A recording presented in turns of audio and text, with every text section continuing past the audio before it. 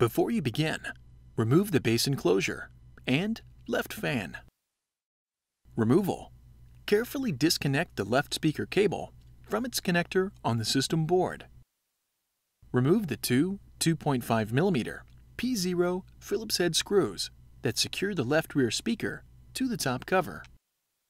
Lift the left rear speaker off of the alignment pins on the top cover and remove. Replacement. Place the left rear speaker onto the alignment pins on the top cover. Replace the two 2.5mm P0 Phillips head screws that secure the left speaker to the top cover. Connect the left rear speaker cable into its connector on the system board.